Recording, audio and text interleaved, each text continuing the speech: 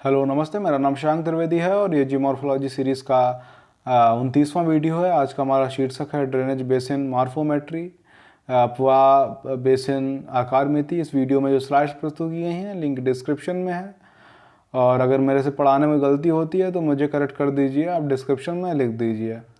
पिछले वीडियो में हम लोगों ने जाना था ड्रेनेज सिस्टम के बारे में। आज हम लोग बात करते हैं ड्रेनेज बेसिन मॉर्फोमेट्री के बारे में। पहले ड्रेनेज बेसिन को समझ लेते हैं।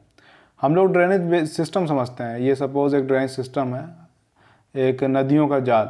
तो इस नदियों के जाल का जो क्षेत्र होगा उसे ड्रेनेज बेसिन बोलेंगे, ठीक है ना। क्षेत्र की एक बाउंड्री होगी, इस बाउंड्री को हम लोग बोलेंगे ड्रेनेज डिवाइड। इसकी लंबाई जो होगी उसे पेरीमीटर बोलेंगे ड्रेनेज का बेसिन का। और इस ड्रेनेज बेसिन को हम लोग वाटर शेड के नाम से भी जानते हैं या कैचमेंट एरिया भी बोलते हैं। तो the entire area that collects the rain water and contributes it to a particular channel is called the drainage basin और catchment area। ये हो गया ड्रेनेज बेसिन। अब ड्रेनेज बेसिन मॉर्फोमेट्री की बात करें तो जो ड्रेनेज बेसिन मॉर्फोमेट्री होता है, पहले मॉर्फोमेट्री समझ लेते हैं। Morphometry is a science that deals with a quantitative measurement of shape and geometry of any natural form. ठीक है ना, कोई भी प्राकृतिक फॉर्म होगा उसकी जो ज्योमेट्री होती है उसकी जांच करने का, उसे पढ़ने का, समझने के जो विज्ञान है वो मॉर्फोमेट्री के अंतर्गत किया जाता है। अगर बेसिन मॉर्फोमेट्री की बात करी जाए तो बेसिन मॉर्फोमेट्री क्या होती है? बेसिन मतलब ड्रेनेज बेसिन, उसकी मॉर्फोमेट्री, उसके शेप की जो है माप करना, वो है ड्रेनेज बेसिन मॉर्फोमेट्री। भाई कोई भी बेसिन होता है उसमें क्या होता है, लंबाई, चौड़ाई, ऊंचाई होती है ना, उसके फीचर हैं डिफरेंट टाइप के। तो उस फीचर की जांच करना, उसको कैलकुलेट करना, मापना, जोखना, वो होता है मॉर्फोमेट्री। बेसिन मॉर्फोमेट्री के अंतर्गत क्या किया जाता है, बेसिन आकार मिति के अंतर्गत हम लोग इसका अध्ययन करते हैं। अध्ययन क्यों करते हैं, सवाल ये है। अध्ययन हम लोग इसलिए करते हैं क्योंकि हम लोग ये जान सकें घर में बैठे बैठे सिर्फ सर्वे ऑफ इंडिया की टोपो सीट को देखकर कि ड्रेनेज जो बेसिन है उसका स्ट्रक्चर कैसा है, स्ट्रक्चर का उस पर कैसा प्रभाव है, इसका भूतकाल कैसा था, भविष्य कैसा होगा, क्या वहाँ पे हम लोग बांध बना सकते हैं, क्या वहाँ पे कोई बड़ी बड़ी बिल्डिंगें बना सकते हैं, क्या हम लोग पानी को बचाने का कोई ज़रिया ढूंढ सकते हैं, क्या वहाँ पे हम लोग नहरें खोद सकते हैं। ये सारी चीज़ें हम लोग ड्रेनेज बेसिन मॉर्फोमेट्री एनालिसिस करके हम लोग जान जाते हैं। इस मॉडर्न अप्रोच की शुरुआत की थी आर ई हॉटन ने 1945 में। बाद में उनके नियमों को बहुत संशोधित किया गया। इसमें से सबसे इम्पोर्टेंट हैं तो वो हैं स्टॉलर, ग्रेगरी हैं और शूम हैं, ठीक है ना। इन लोगों ने इस पे रेटिंग की। ये हो गया drainage basin morphometry. Basin development indexes कौन कौन से हैं, कौन कौन से इंडिकेटर हैं जो बेसिन के बारे में बताते हैं। असल में बेसिन के फीचर की बात हो रही है। कौन कौन से चीज़ें, इंडिकेटर हैं जो बेसिन के बारे में बता सकते हैं। स्ट्रीम लंबा, स्ट्रीम सेगमेंट, कितने प्रकार के ऑर्डर हैं, कौन कौन से ऑर्डर हैं स्ट्रीम में, है ना। ऑर्डर मतलब first order, second order, third order. Order का मतलब ये है कि कोई भी नदी होती है, कई सारी नदियों के मिलकर बनी होती है। छोटी नदी उससे बड़ी, उससे बड़ी, उससे बड़ी। तो छोटी नदी फर्स्ट ऑर्डर, उससे बड़ी सेकंड ऑर्डर, उससे बड़ी थर्ड ऑर्डर, उससे बड़ी फोर्थ ऑर्डर। तो ये स्ट्रीम सेगमेंट्स हो जाएंगे। बेसिन लेंथ, बेसिन की लंबाई क्या है। बेसिन पैरामीटर्स हम लोग समझ लेंगे आगे, वो भी इंडिकेटर है। बेसिन का एरिया क्या है, एल्टीट्यूड, ऊंचाई क्या है, वॉल्यूम कितना, रन ऑफ कितना आयतन में हो रहा है, स्लोप क्या है, प्रोफाइल क्या है लैंड की, परिच्छेदिका। हम लोग बात करते हैं classification of morphometric features and parameters. ये एक इंपॉर्टेंट चीज़ है, ठीक है ना। फीचर्स और पैरामीटर्स। फीचर्स कौन कौन से हैं, कोई भी बेसिन में कौन कौन से फीचर होते हैं। लीनियर प्रॉपर्टी होती है। लीनियर प्रॉपर्टी में स्ट्रीम ऑर्डर, स्ट्रीम लेंथ, है ना। स्ट्रीम की कौन कौन सा स्ट्रीम उसका ऑर्डर है। ऑर्डर का मतलब वही जैसे मैंने बताया, first order, second order, third order. कैसे होगा, जैसे कोई भी नदी बह रही है, वो छोटी नदी बहते बहते बड़ी नदी से मिली, वो बड़ी नदी अपने बड़ी से नदी मिली, तो फर्स्ट ऑर्डर की स्ट्रीम सबसे छोटी थी, उससे बड़ी ऑर्डर की स्ट्रीम उससे बड़ी नदी हो गई। तो ये स्ट्रीम ऑर्डर हो गया। स्ट्रीम लेंथ मतलब स्ट्रीम जहाँ से निकले, जहाँ तक पहुँचे उसकी लंबाई, या अलग अलग ऑर्डर की जो नदियाँ मिल रही हैं उससे उनकी सबकी कुल लंबाई, ये स्ट्रीम ऑर्डर हो जाएगा। मैंने गलती से स्ट्रीम को यहाँ पे स्टीम लिख दिया है, मेरा मिस्टेक हो गई मेरे से टाइप करने में। बाकी एरियल प्रॉपर्टी, 2 डायमेंशनल प्रॉपर्टी होती है एरिया, इसमें एक्स और वाई एक्सेस होते हैं। एरिया क्या हो सकता है, कोई भी कैचमेंट एरिया का वो। पेरीमीटर, ड्रेनेज डिवाइड का जो लंबाई है ना, जो बाउंड्री होती है ड्रेनेज बेसिन की, वो एक प्रॉपर्टी हो जाएगी, फीचर है। रिलीफ प्रॉपर्टी में बेसिन रिलीफ होता है, रिलीफ रेशियो होता है, रगडनेस नंबर होता है, ग्रेडियंट रेशियो होता है, ये सारी चीज़ें हम लोग अभी आगे जान लेंगे। ये इन्हें बोलते हैं फीचर्स। असल में ये फीचर ही पैरामीटर हैं, इन्हें बेसिक पैरामीटर भी हम लोग बोलते हैं, क्योंकि बेसिक पैरामीटर मतलब आपने लंबाई चौड़ाई नाप ली है ना, आपने क्षेत्रफल निकाल लिया, आपने ऊंचाई निकाल ली, तो आपको कुछ बेसिक फार्मूला लगा के आपने निकाल दिया, तो वो एक बेसिक पैरामीटर का काम करते हैं। और जो अलग से पैरामीटर्स हैं, जो बेसिक पैरामीटर से बनाए जाते हैं, उन्हें हम लोग डेराइव पैरामीटर के अंतर्गत रखते हैं। तो जो डेराइव पैरामीटर होता है वो कैसा होता है? अब मान लो स्ट्रीम ऑर्डर था, आपने स्ट्रीम ऑर्डर में आपने इधर उधर कुछ कर दिया, आपने लंबाई में क्षेत्रफल का भाग दे दिया है ना, आपने क्षेत्रफल में लंबाई को घटा दिया, भाग कर दिया, कुछ ऐसा घटनाएं घटा दी बेसिक पैरामीटर में, आपने इधर उधर कुछ कर दिया जिससे कुछ इंडिकेटर, कुछ रेशियोज बन के आए जिन्हें इंडेक्सेस बोलते हैं, वो डेराइव्ड पैरामीटर हैं। आपने बेसिक पैरामीटर से गणितीय फॉर्म में, मैथमेटिकल फॉर्म में आपने डेराइव कर लिए, उसे बोलते हैं डेराइव्ड पैरामीटर। इनमें बाइफर्केशन रेशियो एक बहुत इंपॉर्टेंट रेशियो है जिसे द्विशासन अनुपात बोलते हैं, direct bifurcation ratio, bifurcation index, stream length, mean stream length, RHO coefficient, stream frequency, drainage density, drainage texture, ये इंपॉर्टेंट चीज़ है। अभी हम लोग आगे पढ़ेंगे इन सबको, बस अभी हमने नाम बोल दिया है। शेप पैरामीटर का मतलब वो होता है जो डिज़ाइन होती है किसी भी बेसिन की, ड्रेनेज बेसिन की, वो आकार कैसा बना रहा है, उस आकार की गणितीय माप कि पूरी तरीके से गोल है या पूरी तरीके से चौकोर है, लंबा है या दूसरे किस्म का जो है ज्योमेट्रिकल फॉर्म बन रहा है, तो उसे बोलते हैं शेप पैरामीटर। इसमें इलोंगेशन रेशियो होता है, फॉर्म फैक्टर होता है और कॉम्पैक्टनेस कोफिशिएंट होता है। टोटल इतनी चीज़ें हैं जिसे हम लोग इस वीडियो में धीरे धीरे आगे समाप्त करेंगे, और इस चैप्टर में, इस टॉपिक में पढ़ने के लिए यही है।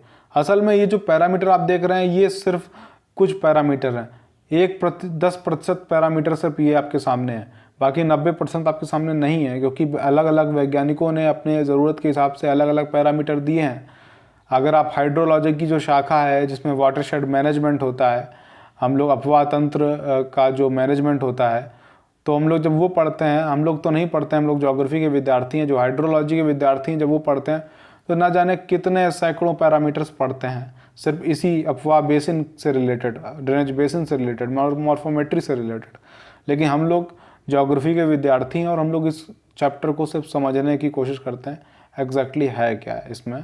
बाकी फ्यूचर में अगर कोई रिसर्च करता है तो उसे अलग से पढ़ना पड़ता है, लेकिन अगर आप एग्ज़ाम की प्रिपरेशन कर रहे हैं, यूपीएससी की या ज्योग्राफी में असिस्टेंट प्रोफेसर की एग्ज़ाम की तैयारी कर रहे हैं या नेट जेआरएफ की, ये इतना आपके लिए पर्याप्त है, बहुत है।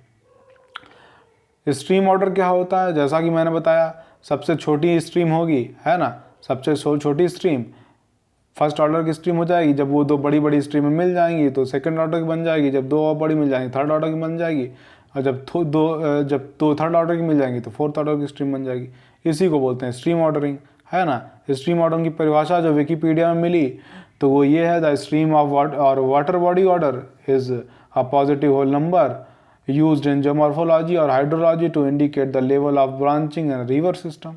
ठीक है ना, बहुत सारे सिस्टम हैं जैसे स्टॉलर का, हॉटन का, स्टीव का, हैक का, लेकिन हम लोग क्या पढ़ते हैं, हम लोग स्टॉलर का सिस्टम पढ़ते हैं 1952 का, सब क्योंकि सबसे वही सरल है और सबसे ज़्यादा वो वरीयता उसी को दी जाती है, क्योंकि वो समझने में भी आसान है और सुविधाजनक है, सही भी है टेक्निकली।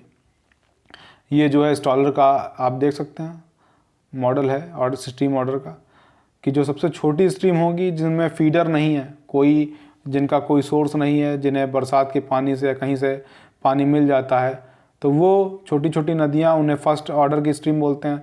तो छोटी छोटी नदियाँ जब आपस में मिलती हैं तो उनके जो कन्वर्ज होता है, उन कन्वर्जन से सेकेंड ऑर्डर की स्ट्रीम बन जाती है, और जब दो सेकेंड ऑर्डर की स्ट्रीम मिलती हैं तो थर्ड ऑर्डर की स्ट्रीम बन जाती है, और जब दो थर्ड ऑर्डर की स्ट्रीम मिलती हैं तो फोर्थ ऑर्डर की स्ट्रीम बन जाती है ना। तो इस पूरे बेसिन की बात की जाए तो ये पूरे फोर्थ ऑर्डर का बेसिन है। अगर हम लोग यहाँ पे खड़े होंगे इस कन्वर्जन पे तो बोलेंगे भाई पूरा बेसिन फोर्थ ऑर्डर का दिख रहा है। अगर हम लोग यहाँ पे खड़े होंगे तो आप राइट साइड देखेंगे तो बोलेंगे थर्ड ऑर्डर का बेसिन है। जब आप यहाँ पे खड़े होंगे तो आप बोलेंगे, लेफ्ट साइड देखेंगे ऊपर तो आप बोलेंगे सेकंड ऑर्डर का बेसिन है। तो ये क्या है कि बेसिन पूरा फोर्थ ऑर्डर का है, और जो छोटे बेसिन देख रहे हैं थर्ड, सेकंड और फर्स्ट ऑर्डर के बेसिन, ये जो बेसिन है ये सब बेसिन है, उनके उप मैदान है। तो ये हो गया बेसिन का खेल पूरा समझने का। बाकी फर्स्ट ऑर्डर का जो बेसिन आप देख रहे हैं, जब दो फर्स्ट ऑर्डर के स्ट्रीम मिलती हैं तब सेकंड ऑर्डर की स्ट्रीम बनती है। लेकिन सपोज एक सेकंड के ऑर्डर की स्ट्रीम में फर्स्ट ऑर्डर की स्ट्रीम मिलेगी तो वो सेकंड ही रहेगी, थर्ड नहीं हो जाएगी। थर्ड तभी बनेगी जब दो ऑर्डर की स्ट्रीम मिलेंगी, तब तीन ऑर्डर की बनेगी। ठीक है ना, ये एक इंटरेस्टिंग चीज़ है, इंपॉर्टेंट चीज़ है, इस पर ध्यान रखने वाली चीज़ है जब स्ट्रीम ऑर्डरिंग की बात आती है। तो ये मैंने चीज़ें बहुत सारी लिख दी हैं इसी के बारे में जो मैंने समझाना था। ये आपके सामने एक तस्वीर भी है जो है, आप इससे समझ सकते हैं। रिलीफ प्रॉपर्टीज़ में हम लोगों ने जाना basin relief, basin ratio, ruggedness number और ग्रेडियंट रेशियो। बेसिन रिलीफ क्या होती है? बेसिन का सबसे ऊंचा पॉइंट एक बिंदु होगा, सबसे नीचे बिंदु होगा, इन दोनों बिंदुओं के बीच का जो डिफरेंस होगा उसे बोलेंगे हम लोग बेसिन रिलीफ। मान लो गंगा की नदी गंगोत्री से निकल के आती है, ज़मीन से 4,000 किलोमीटर की ऊंचाई पे है ना। समुद्र में वो 0 मीटर पे वो बह जाती है। तो गंगा के मैदान का जो बेसिन रिलीफ हुआ कितना हुआ? 4,000 मीटर का। क्यों? Highest point 4,000 metre, lowest point 0 metre. 4,000 minus 0 बराबर बेसिन रिलीफ, यानी कि 4,000 मीटर। तो ये बेसिन रिलीफ समझना कोई कठिन चीज़ नहीं है। बेसिन रेशियो क्या होता है? नदी की लंबाई, गंगा की लंबाई कितनी है? 2600-2700 किलोमीटर है, मैं इतना नहीं आइडिया है कितनी है श्योर। वो लंबाई है, मान लो 4,000 मीटर से ऊंचाई से आती है और 2600 किलोमीटर चलती है, तो 4,000 मीटर का भाग देते हैं हम लोग 2600 किलोमीटर से, तो आ जाएगा बेसिन रेशियो। तो जो बेसिन रेशियो होता है ये हमें बताता है कि जो ड्रॉप ऑफ एलिवेशन है, एलिवेशन गिरने की दर है, वो क्या है, इंपॉर्टेंट चीज़ है। रगड़नेस रेशियो क्या होता है? रगड़नेस नंबर क्या होता है? रगड़नेस नंबर क्या होता है? बेसिन रिलीफ और ड्रेनेज डेंसिटी, इनका जो है एक प्रोडक्ट है। बेसिन रिलीफ हम लोग समझ चुके हैं, ड्रेनेज डेंसिटी हम लोग आगे पढ़ेंगे। बाकी ड्रेनेज डेंसिटी का मतलब ये है कि स्ट्रीम्स की टोटल लंबाई में भाग दे दें उस बेसिन के एरिया का, तो आ जाएगा डेंसिटी, है ना। जैसे कि जनसंख्या घनत्व होता है ना, ऐसे डेंसिटी होती है कि एक पर्टिकुलर एरिया में कितनी सारी छोटी छोटी स्ट्रीम्स हैं, उनकी नंबर कितने हैं। तो ये हो गया हमारा रगड़नेस नंबर।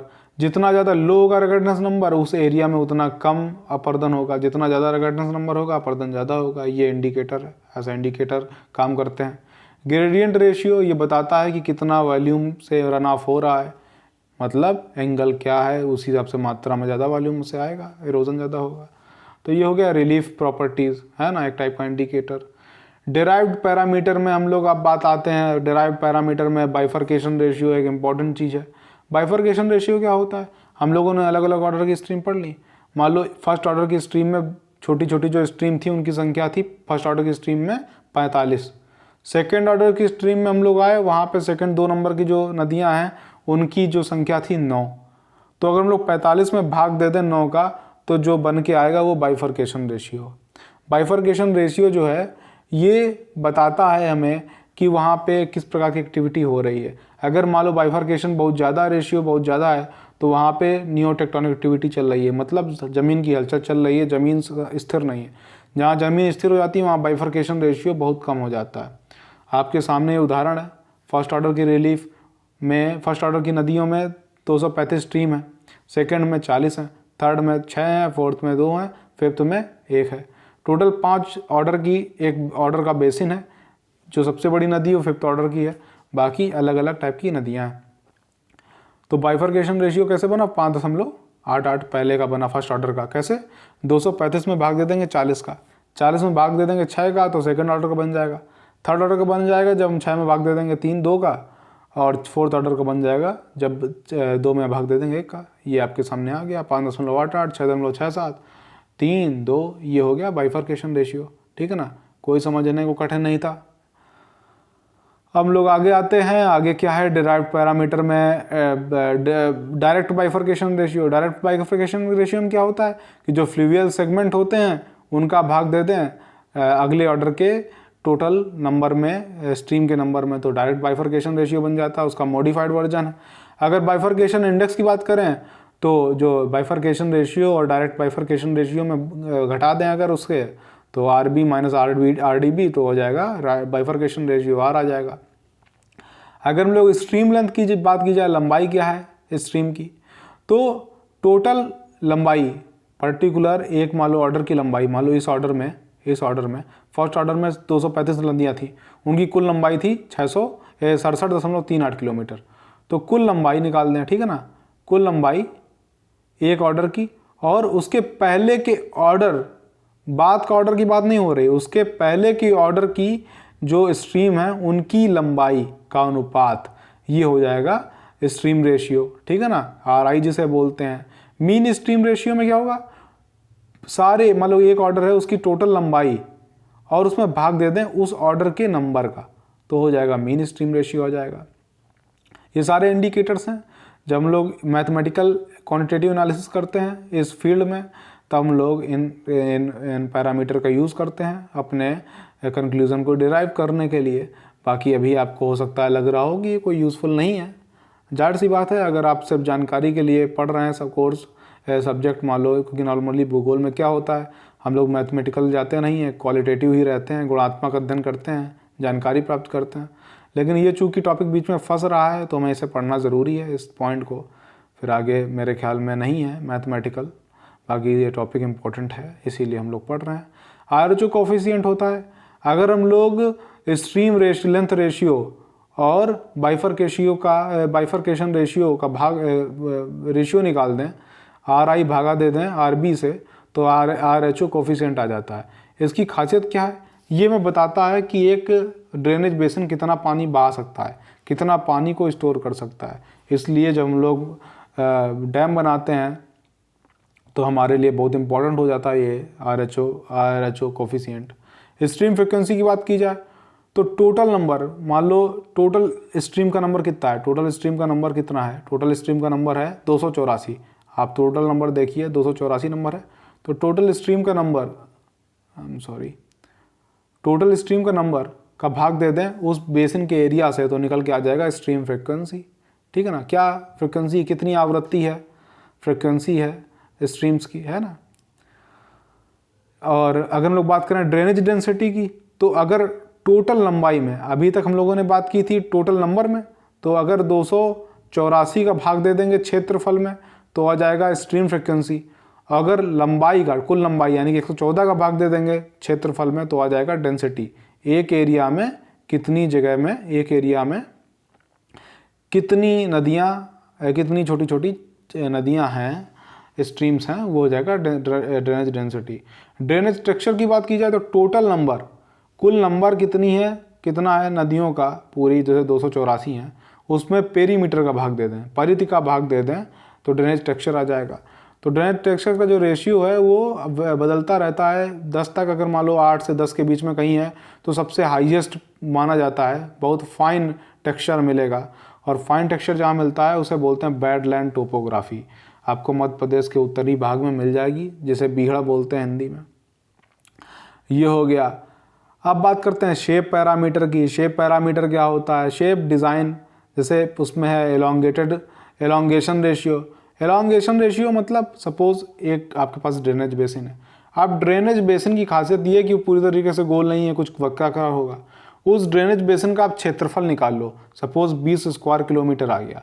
20 स्क्वायर किलोमीटर क्षेत्रफल का एक वृत्त लो, सर्किल लो, उस सर्किल का डायामीटर ले लो, उसका डायामीटर ले लिया और भाग दे दो पूरा जो बेसिन की लंबाई थी उससे, तो हमारे सामने आ जाएगा एलोंगेशन रेशियो, ठीक है ना। एलोंगेशन रेशियो 0 से 1 के बीच में होता है। अगर 0 आया तो समझ लो पूरा बेसिन सर्कुलर है, अगर 1 आ गया तो पूरी तरीके से लीनियर है, तो नॉर्मली बीच में रहता है।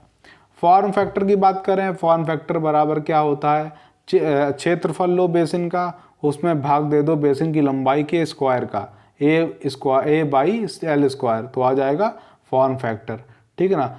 फॉर्म फैक्टर ये बताता है कि शेप कैसा है, ये भी उसी तरीके से बताता है।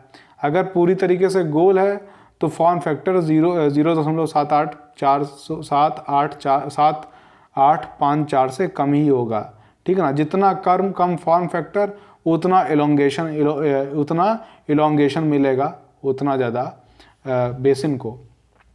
कॉम्पैक्टनेस कोफिशिएंट की बात की जाए तो पेरीमीटर ले लो, पूरा पेरीमीटर ले लो आप बेसिन का, बेसिन की परिधि ले लो, उसकी माप ले लो और उस पेरीमीटर में भाग दे दो बेसिन के क्षेत्रफल का एक मान लो जो क्षेत्रफल होगा उसी आकार का एक सर्किल लो, उसके रेडियस का, डायामीटर नहीं रेडियस, और जो पेरीमीटर था तो पेरीमीटर का भाग दे दो रेडियस में, तो आ जाएगा कॉम्पैक्टनेस कोफिशिएंट। ये एक इंपॉर्टेंट चीज़ है। तो ये सारे हो गए कोफिशिएंट इंडेक्सेस। ना जाने कितने इंडेक्सेस हैं, पढ़ने पे आओगे तो आप पढ़ते रहोगे और पढ़ना ज़रूरी भी है अगर वाटर सेट मैनेजमेंट की स्टडी फ्यूचर में आपको करनी है।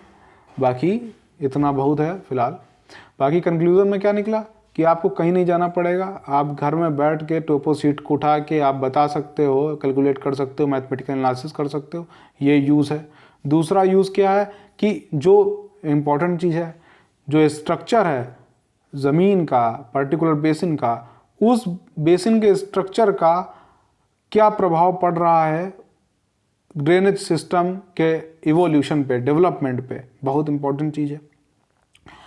हम लोग अलग अलग बेसिन की क्वांटिटेटिव एनालिसिस कर सकते हैं, कंपेयर कर सकते हैं। जैसे गोदावरी का बेसिन उठा लिया आपने, गंगा का बेसिन उठा लिया, मैथमेटिकल कैलकुलेशन से आप लोग बहुत आइडिया निकाल सकते हैं क्या हो रहा है, कैसे हो रहा है, फ्यूचर भविष्य का आकलन कर सकते हो। और सबसे इम्पोर्टेंट है helpful to decide sites for installation of the check dams. जो आपको डैम बनाने हैं उनके इंस्टॉलेशन के लिए बहुत ज़रूरी है, कहाँ पे डैम बनाना है, कितना इलाका पानी जो है हमें मिलेगा, कितना अपवाद क्षेत्र में मिलेगा, कितने साइज़ का डैम बनाया जाए, कितनी मजबूती वाला डैम हो। ये सारी चीज़ें हैं बहुत इंपॉर्टेंट हैं जो हमें मॉर्फोमेट्री एनालिसिस से पता चलती हैं। तो ये वीडियो यहीं पर समाप्त होता है। कोई सवाल है तो नीचे लिखिए कमेंट में, ट्विटर पे या फिर इसी पे कमेंट कर दीजिए। बाकी अगले वीडियो में हम लोग मिलेंगे, तब तक के लिए धन्यवाद। आपका दिन शुभ हो।